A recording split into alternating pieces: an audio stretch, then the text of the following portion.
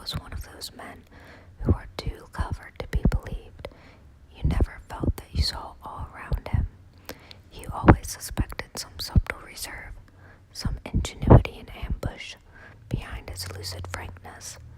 Had Philby shown the model and explained the matter in the time traveler's words, we should have shown him far less skepticism, for we should have perceived his motives.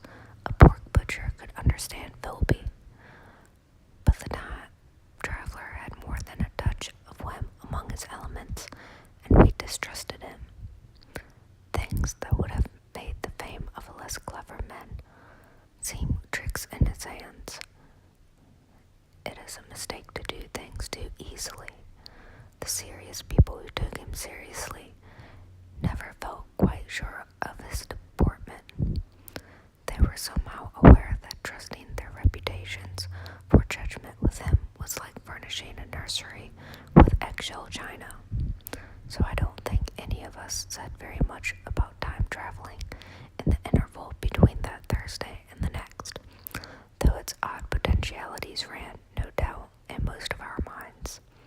Its plausibility, that is, its practical incredibleness, the curious possibilities of an anachronism and of utter confusion is suggested.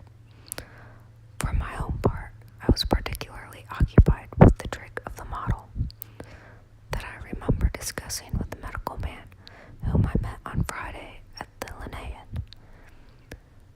He said he had seen a similar thing at Tübingen and laid considerable stress on the blowing out of the candle, but how the trick was done he could not explain. The next Thursday, I went again to Richmond. I suppose I was one of the time traveler's most constant guests, and, arriving late, found 4 or 5 men already assembled in his drawing room. The medical man was standing before the fire with a sheet of paper in one hand and his watch in the other. I looked round for the time traveler, and "It's 7:30 now," said the medical man. "I suppose we'd better have dinner." "Where's?" I said, naming our host. "You've just come. It's rather odd. He's unavoidably detained. He asked me in this note to lead off with the dinner at 7 if he's not back. Says he'll explain when he comes." "It seems a pity to let the dinner spoil," said the editor of a well-known daily paper, and thereupon the doctor rang the bell.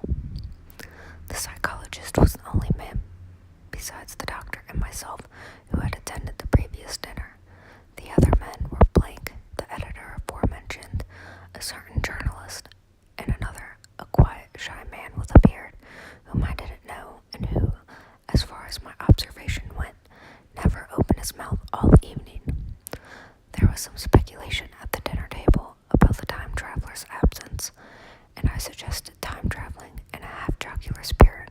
The editor wanted that explained to him, and the psychologist volunteered a wooden account of the ingenious paradox and trick we had witnessed that day week. He was in the midst of his exposition when the door from the corridor opened slowly without a noise. I was facing the door and saw it first. "Hello," I said, at last, and the door opened wider and the time traveler stood before us. I gave a cry of surprise. "Good heavens, man, what's the matter?" cried the medical man, who saw him next, and the whole tableful turned towards the door. He was in amazing plight. His coat was dusty and dirty, and smeared with green down the sleeves, his hair disordered, and it seemed to me grayer, either with dust and dirt, or because its color had actually faded. His face was ghastly pale. His chin had a brown cut on it, a cut half-healed. His expression was haggard and drawn, as by intense suffering. For a moment he hesitated in the doorway, as if he had been dazzled by the light. Then he came into the room. He walked with just such a limp as I have seen in footsore tramps. We stared at him in silence, expecting him to speak. He said not a word, but came painfully to the table and made a motion towards the wine. The editor filled a glass of champagne and pushed it towards him.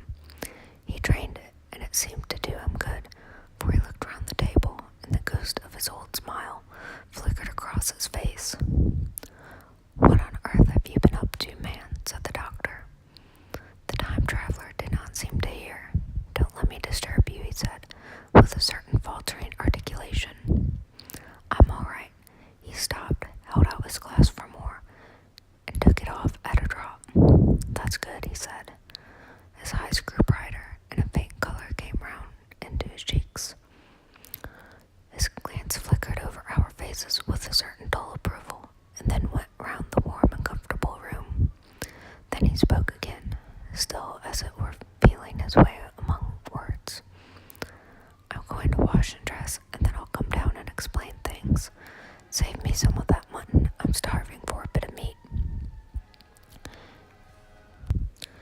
He looked across at the editor, who was a rare visitor, and hoped he was all right. The editor began a question. Tell you presently, said the time traveler. I'm funny. Be all right in a minute. He put down his glass and walked towards the staircase door. Again I remarked his lameness and the soft padding sound of his footfall. And standing up in my place, I saw his feet as he went out. He had nothing on them but a pair of tattered, blood-stained socks. Then the door closed upon him. I had half a mind to follow till I remembered he detested any fuss about himself. For a minute, perhaps, my mind was wool-gathering. Then, remarkable behavior of an eminent scientist, I heard the editor say, thinking after his wont in the headlines, and this brought my attention back to the bright dinner table. What's the game? Said the journalist. Has he been doing the amateur catcher? I don't follow. I met the eye of the psychologist and read my own interpretation in his face. I thought of the time traveler limping painfully upstairs. I don't think anyone else had noticed his lameness. The first to recover completely from this surprise was the medical man who rang the bell. The time traveler hated to have servants waiting at dinner for a hot plate. At that, the editor turned to his knife and fork with a grunt, and the silent man followed suit. The dinner was resumed. Conversation was exclamatory for a little while, with gaps of wonderment, and then the editor got fervent in his curiosity. Does our friend eke out his modest income with a crossing, or has he Nebuchadnezzar phases? He inquired. I feel assured it's this business of the time machine, I said, and took up the psychologist's account of our previous meeting. The new guests were frankly incredulous. The editor raised objections. What was this time traveling? A man couldn't cover himself with dust by rolling in a paradox, could he? And then, as the idea came home to him, he resorted to caricature. Hadn't they any closed brushes in the future? The journalist, too, would not believe at any price, and joined the editor in an easy work of heaping ridicule on the whole thing. They were both the new kind of journalists, very joyous, irreverent young men. Our special correspondent in the Day After Tomorrow reports, the journalist was saying, or rather shouting. When the time traveler came back, he was dressed in an ordinary evening clothes, and nothing save his haggard look remained of the change that had startled me. I say, said the editor hilariously, these chaps here say you have been traveling into the middle of next week. Tell us all about little Roseberry, would you? What will you take for that lot? The time traveler came to the place reserved for him without a word. He smiled quietly in his old way. Where's my mutton? He said. What a treat it is to stick a fork into meat again. Story, cried the editor. Story be damned, said the time traveler. I want something to eat. I won't say a word until I get some peptin into my arteries. Thanks. And the salt. One word, said I. Have you been time traveling? Yes, said the time traveler, with his mouth full, nodding his head. I'll give a shilling a line for a verbatim note, said the editor. The time traveler pushed his glass towards the silent man and rang it with his fingernail, at which the silent man, who had been staring at his face, started convulsively and poured him some wine. The rest of the dinner was uncomfortable. For my own part, sudden questions kept on rising to my lips, and I dare say it was the same with the others. The journalist tried to relieve the tension by telling anecdotes of Eddie Potter. The time traveler devoted his attention to his dinner and displayed the appetite of a tramp. The medical man smoked a cigarette and watched the time traveler through his eyelashes. The silent man seemed even more clumsy than usual and drank champagne with sheer nervousness.